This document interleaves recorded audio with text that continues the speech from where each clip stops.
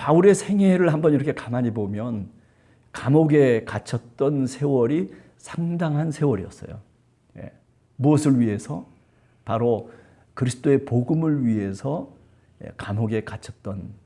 그래서 우리가 앳빌골몬이라고 얘기해서 에베소서, 빌립보서, 골로새서, 그 다음에 빌레몬서, 이 네 가지 서신을 우리가 보통 뭐라고 얘기하냐면 옥중 서신이다, 그렇게 얘기합니다.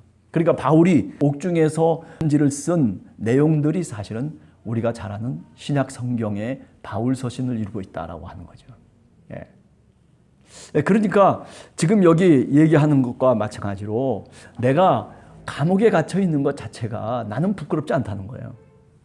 디모데, 너는 어떻게 생각할지 모르지만은 나는 복음을 위해서 내가 하나님의 능력을 따라서 내가 이렇게 갇힌 자 되었다라고 하는 것을 오히려 사도 바울은 보다 더 강조하고 있다라고 하는 거죠. 제가 왜 이런 얘기를 이제 장황하게 늘어놓느냐 하면은 우리가 신앙생활을 할 때에도 한 번쯤 이 이야기를 귀담아 들을 필요가 있습니다.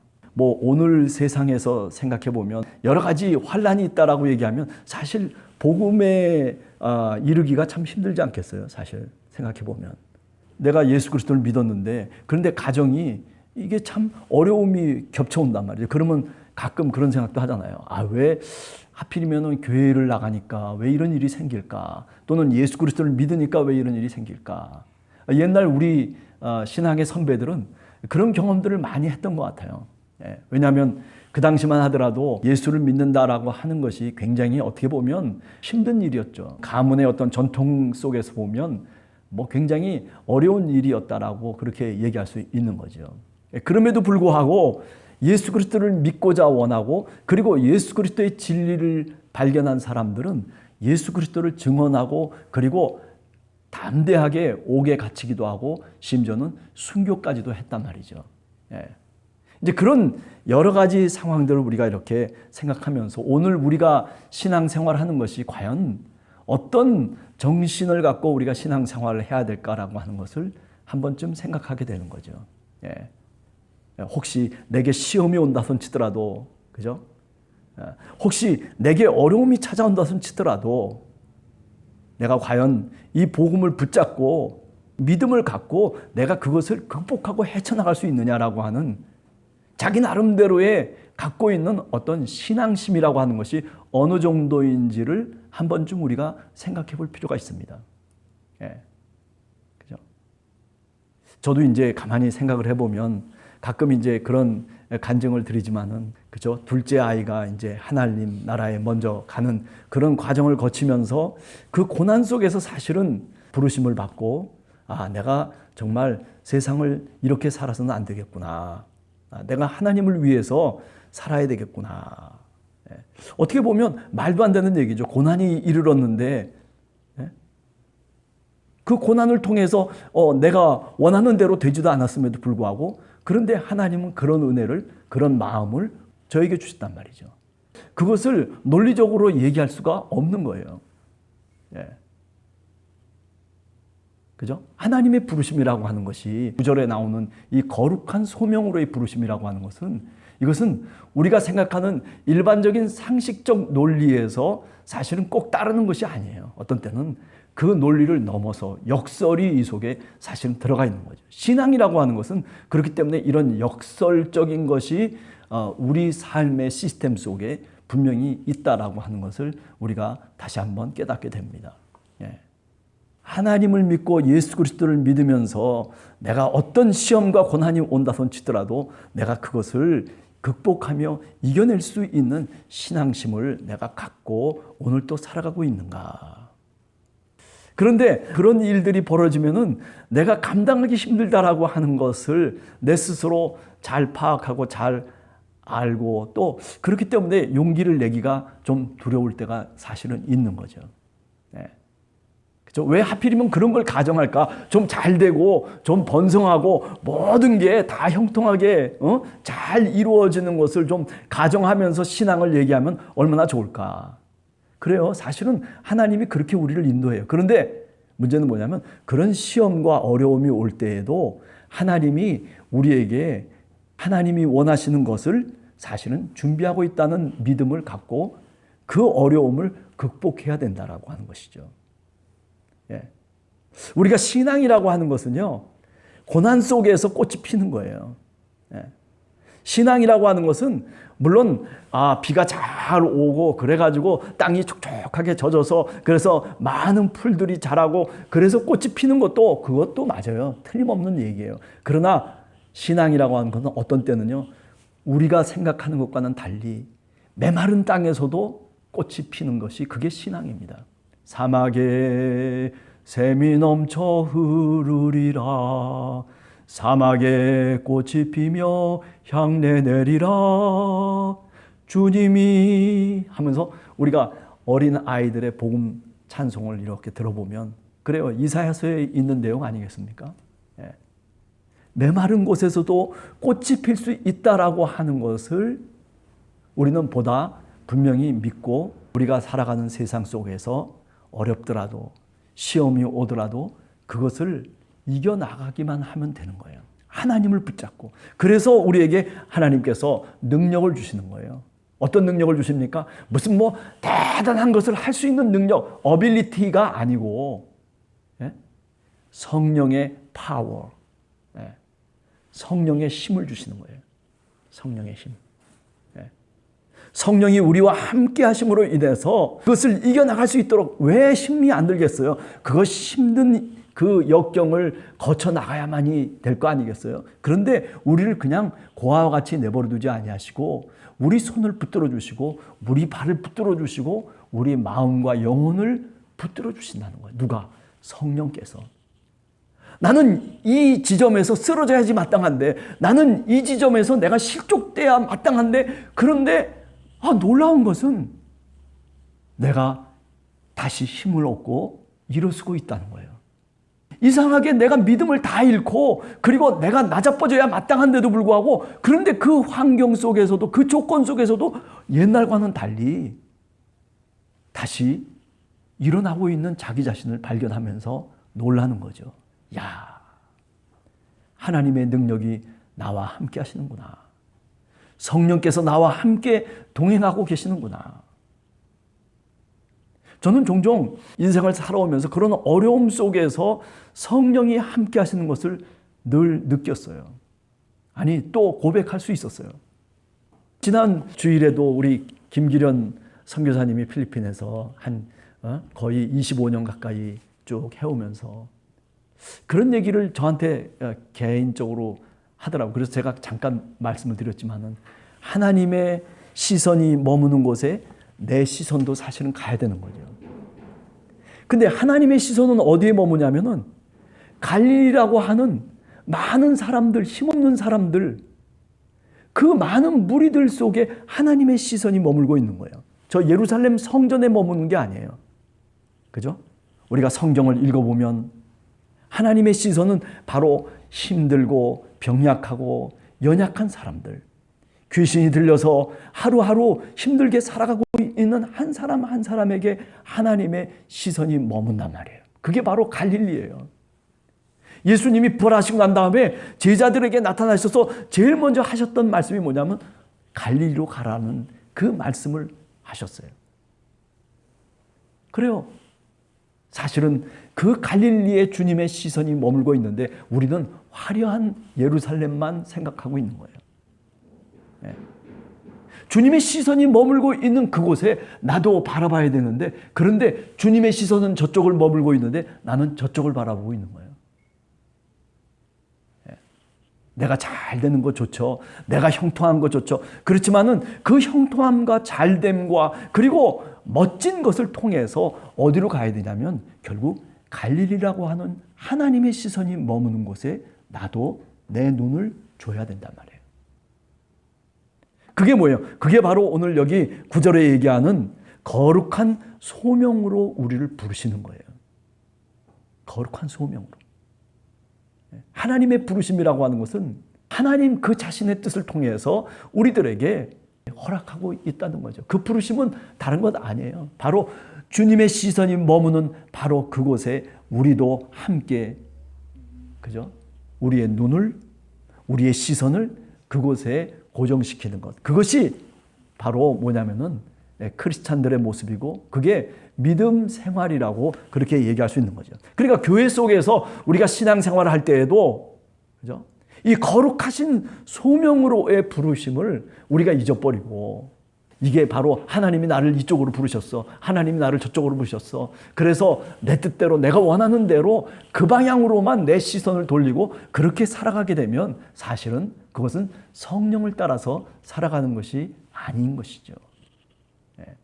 자, 그렇기 때문에 우리에게 필요한 건 뭐냐면 하나님 앞에 우리가 겸손히 무릎을 꿇고 하나님이 원하시는 그 지혜를 우리가 구하는 거예요.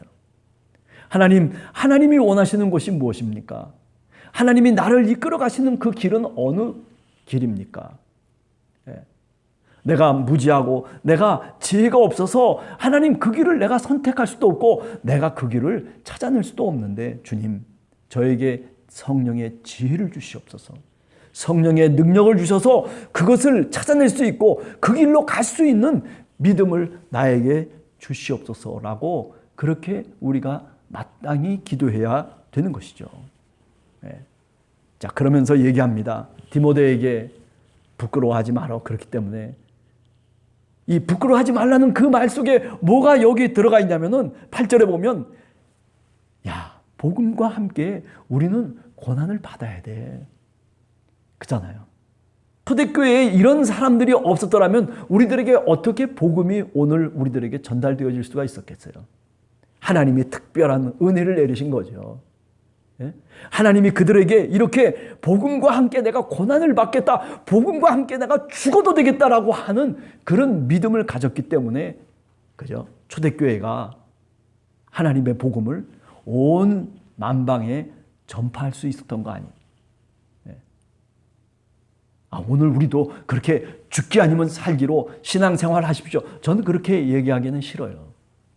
죽기 아니면 살기다라고 하는 식의 이런 신앙 태도가 아니라 일상적인 생활 속에서도 주님께 내 부족함을 아뢰고, 그리고 주님 앞에 무릎을 꿇으며 믿음으로 나가려고 하는 그런 몸짓과 그런 행동, 그것이 사실은 오늘 우리들에게 주님께서 원하시는 신앙의 모습이 아닐까라는 생각을 감히 해보게 됩니다. 초대교인들이 고난을 각오했다면 오늘 우리는 뭘 각오해야 돼요? 내가 예수 그리스도를 믿고 내가 오늘 또 신앙의 삶을 살면서 하나님의 은혜를 누리면서 하나님이 주신 그 소명을 따라서 살아가기 위해서는 내가 뭔가 각오해야 될 것이 있어요. 각오해야 될 것. 그것이 대단한 것일 수도 있을지 모르지만, 그러나 제가 생각할 때는 그렇게 대단한 것이 아니라 소소한 것이에요. 내가 다른 사람에게 그래도 조금이나마 도움이 될 수 있는 사람이 되겠습니다. 주님, 제가 말을 하더라도 주님 그렇게 무지막지한 말들을 하지 않겠습니다. 주님, 그래도 사람들을 생각하고 그리고 인격적으로 내가 얘기하는 그런 내 언어를 갖고 내가 다른 사람들을 섬겨보겠습니다. 이런 등등의 아주 우리가 살아가는 소소한 삶 속에서 감당할 수 있는 것들을 우리가 감당하겠다라고 하는 그런 마음가짐을 갖고 사실은 신앙생활을 해야 된단 말이에요. 내가 귀신을 쫓아내야 되겠습니다. 내게 은사를 주십시오. 내게 능력을 주십시오. 그런 얘기는 그거는 여기서 얘기하려고 하는 게 아니죠. 그거는요, 특별한 경우의 얘기예요. 우리는 특별한 사람들이 아니에요. 사실은요, 어떻게 보면 하나님의 은혜 속에 오늘 또 주님이 주시는 그 은혜로 살아가는 사람들이잖아요. 그저 주님, 제가 능력은 없지만은 그러나 주님, 제가 이렇게 하겠습니다. 저는 가끔 헌금이라고 하는 것도 생각을 해봐요. 주님, 제가 많이 버는 건 아니지만은 그러나 주님, 제가 최선을 다해서 하나님께 드리겠습니다. 별거 아닌 거예요, 사실은요. 사소한 것인데 우리가 실천할 수 있는 것. 근데 그게 사실은 굉장히 어려운 거예요. 예수를 믿지 않는 사람에게 주님, 제가 혹시 기회가 되면 내가 예수를 믿으라고 그렇게 이야기도 해보겠습니다. 마음속에 그렇게 결정을 하는 거예요. 뭐 이런 등등의 이야기들, 이런 등등의 기도 제목들이 얼마나 많이 있겠어요. 그죠? 그런 사소한 것들을 통해서 우리가 함께 정말 복음과 함께 우리가 살아가는 그런 생활 태도, 그런 신앙 태도가 사실은 오늘 너무나도 우리들에게 필요하다라고 얘기할 수 있죠. 특별히 코로나 기간을 거치면서 그래요. 많은 사람들이, 많은 목사님들도 그런 얘기를 해요. 교회마다 사실은 다 문제들이 도출되기 시작하는 거죠. 사실은 우리가 신앙생활을 잘한 것이 아니라 사실은 그만큼 신앙생활을 잘못해왔다는 거예요. 이 골격이 맞지 않으니까 이게 삐그덕거리기 시작하고, 그리고 이게 무너져 내리기 시작하고, 뭔가 고장이 나고, 그리고 뭔가 주저앉기 시작하는 거죠. 네. 오늘 우리 함께하는 교회 성도들, 또 우리 모두 여기 있는 우리 모두가 그래요. 사소한 데서부터 복음과 함께 고난을 받으라라고 하는 이 말을 우리가 새롭게 해석을 해서 좀 우리가 힘들어도 주님의 그 말씀을 쫓아서 조그만 것부터, 우리가 할 수 있는 것부터 하나 둘씩 우리가 감당하면서, 그러면서 신앙생활을 해나가기 시작한다면 주님이 얼마나 기뻐하실까. 그게 바로 성령을 따라 사는 삶이고, 그게 바로 은혜를 따라서 살아가는 삶이라고 그렇게 감히 얘기할 수 있습니다. 여러분들이나 저나 하나님이 우리를 구원해 주셨어요. 구원받은 우리들에게 하나님이 거룩한 소명으로 우리를 부르셨어요. 그 거룩한 소명이라고 하는 것은 대단한 어떤 저 높은, 우리가 다다를 수 없는 그런 사명을 우리들에게 요구하는 것이 아니라 우리가 할 수 있는 것, 별것 아닌 것, 남들은 그저 아무것도 아닌 것처럼 그렇게 사소한 것으로 넘길 수 있는 것인데도 불구하고, 그런데 그것을 내 것으로 만들어서, 그래서 내가 신앙의 삶을 살아가는 그 모습 속에 이런 거룩한 소명의 부르심이 분명히 있다라고 생각됩니다. 그렇기 때문에 우리를 구원하신 것은 우리의 행위를 따라서가 아니라 하나님의 은혜로, 그리스도 예수의 은혜를 통해서 하나님이 우리를 부르셨다라고 얘기하는 거죠. 그 은혜를 받아야만이, 그 은혜 속에서 살아야만이 우리가 사실은 그렇게 저렇게 우리가 주님의 뜻을 따라서, 주님의 가르침을 따라서 살아갈 수 있는 거죠. 그런 능력을 하나님께 우리가 구하는 거예요. 그런 능력을 우리가 받아야지, 그래야 우리가 신앙의 삶을 살아갈 때 힘들지 않아요.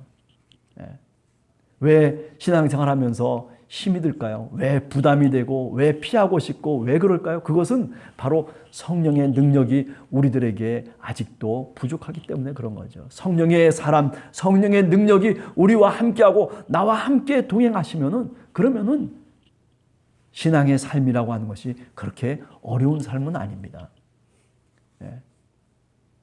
우리는 가끔 굉장히 우리가 다다를 수 없는 무거운 그 신앙의 저 끄트머리를 생각하기 때문에 우리가 종종 어떤 때는 어렵게 생각할 수도 있겠지만, 그러나 하나님이 원하시는 것은, 주님이 원하시는 것은 그것을 원하시는 게 아니에요. 그냥 소소함 속에서, 우리의 일상의 삶 속에서 우리가 하나님의 뜻을 쫓아서 살아갈 것을 주님께서는 오늘 또 원하시고 계시는 겁니다.